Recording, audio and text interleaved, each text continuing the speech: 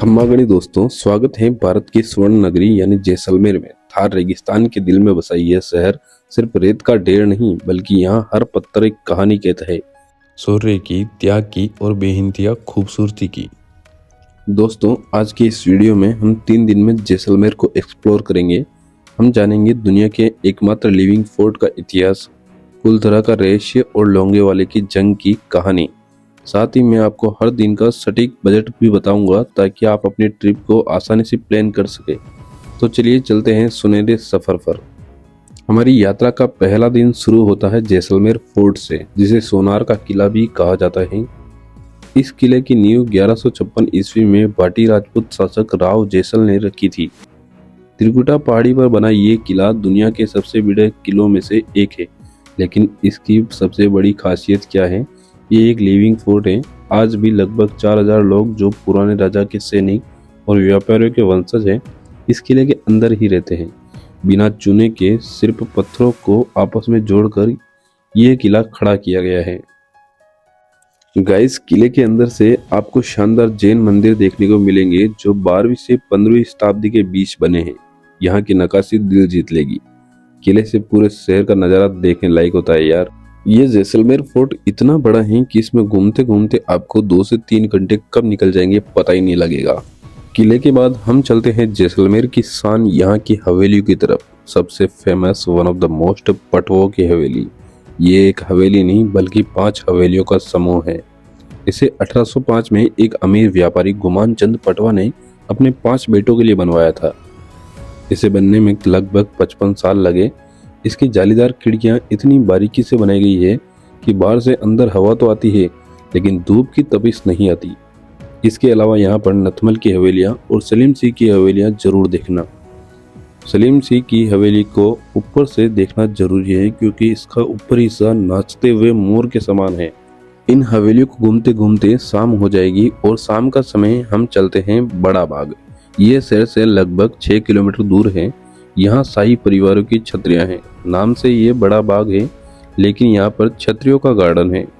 ये जगह फोटोग्राफी के लिए एक जन्नत है, खासकर सनसेट के समय, जब ये सारी छतरियां गोल्डन हो जाती हैं। दोस्तों, डे 1 का एंड करेंगे गड़ीसर लेक पर। 14वीं शताब्दी में राव जैसल ने इसे बनवाया था। बाद में गणेश सिंह ने इसे पुनर्निर्माण करवाया था, इसलिए इसका नाम गड़ीसर लेक पड़ गया। उस समय ये पूरे शहर के लिए एकमात्र पानी का सोर्स था। झील के बीच बने मंदिर और प्रवेश द्वार, टीलों की पोल की खूबसूरती तो रात में ही देखने लायक होती है। यहाँ पर आप बोटिंग भी कर सकते हैं। इसके अलावा कई सारी एक्टिविटीज भी कर सकते हैं। गाइस, अगर डे 1 के बजट की बात करूँ तो सुबह का नाश्ता और लंच आपको 200 से 250 रुपए में हो जाएगा, और किले और हवेलियों की एंट्री के लिए आपको 200 रुपये लगेंगे। बड़ा बाग की एंट्री आपको 100 रुपये में हो जाएगी। इसके अलावा गड़ीसर में बोटिंग करेंगे तो उसका चार्ज अलग है। डिनर आपको लगभग 150 से 200 रुपये में मिल जाएगा, और पूरे दिन का लोकल ट्रांसपोर्ट, जैसे आप ऑटो लेंगे, स्कूटर रेंट पर लेंगे, तो 150 से 200 रुपये में हो जाएगा। डे 1 का आपको बजट पड़ेगा 800 रुपये। डे 2 के दिन हम जा रहे हैं भारत के सबसे रहस्यमयी जगहों में से एक, कुलधरा गांव। जैसलमेर से लगभग 18 किलोमीटर दूर। ये गांव पिछले 200 सालों से वीरान पड़ा है, मतलब इसमें कोई नहीं रहता। कहते हैं ये पालीवाल ब्राह्मणों का गांव था। रियासत के दीवान सलीम सिंह की बुरी नज़र गांव के मुखिया की बेटी के ऊपर थी। उसने धमकी दी कि अगर उसे लड़की नहीं मिली तो वह गांव पर कहर बरसाएगा। अपने आत्मसम्मान को बचाने के लिए गांव वालों ने रातों रात गांव खाली कर दिया, और जाते जाते उन्होंने श्राप दिया कि अब यहाँ कोई नहीं बस पाएगा। शायद इसीलिए इस गांव में अब कोई नहीं रहता। आज भी यहाँ सनसेट के बाद जाना मना है। थोड़े से डरावने अनुभव के बाद अब समय है थोड़ा एंजॉय करने का। जी हाँ, जैसलमेर जाए और समसैंड ड्यून्स ना जाए, ऐसा हो सकता है क्या? ये समसैंड ड्यून्स शहर से लगभग 40 किलोमीटर दूर है। यहाँ पर है रेगिस्तान। इस सम गांव में हम पहुँचते हैं शाम तक, मतलब कि सनसेट के समय। यहाँ पर कई सारी एक्टिविटी होती है, जैसे कि जीप की सफारी होती है। सूर्यास्त को देखने के लिए ऊँट की सवारी तो सबसे बेस्ट है। यहाँ आपको पक्के होटल में नहीं बल्कि स्विच टेंट में रुकना पड़ेगा।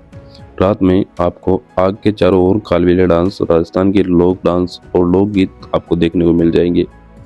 दोस्तों, इस रेगिस्तान में आपको खुले आसमान के नीचे तारों को देखना एक जादुई अनुभव होगा। तो डे 2 का एंड कुलधरा गांव को देखने के बाद सम गांव में होता है।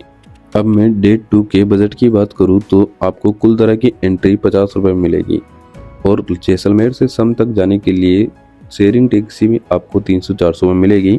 यहाँ पर आपको डेजर्ट पैकेज लेना होगा जिसमें safari, tent stay, dinner, breakfast ये सब आपको 3000 में मिल जाएगा। दिन का लंच आपको 150 से 200 रुपये में मिलेगा। लगभग पूरे दिन का बजट आपको 3 से 4000 रुपये में मिलेगा। तीसरा दिन हमारे जवानों और आस्था को समर्पित होगा। आज हम शहर से लगभग 120 किलोमीटर दूर बॉर्डर एरिया की तरफ जा रहे हैं। सबसे पहले हम पहुंचेंगे तन्नोट माता मंदिर।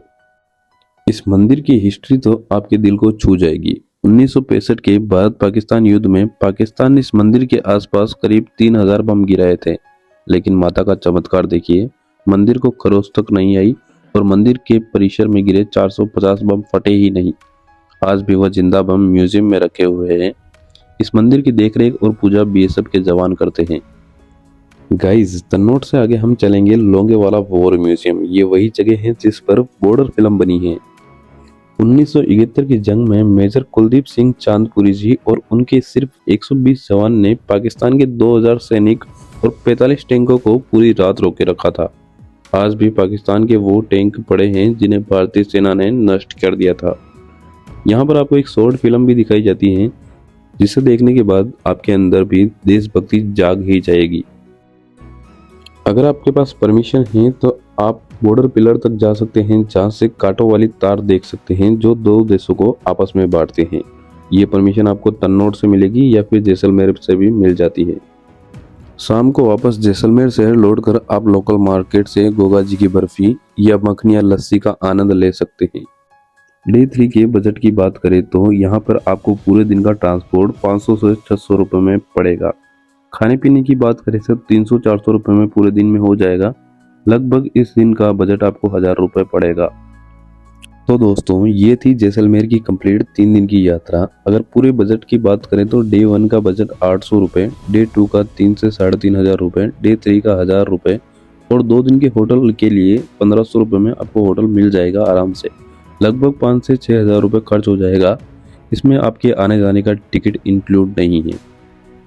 जैसलमेर आने का सबसे अच्छा समय है अक्टूबर से मार्च के बीच। अगर आपको ये वीडियो और हमारी जानकारी पसंद आई है तो लाइक करें और अपने दोस्तों के साथ शेयर करें।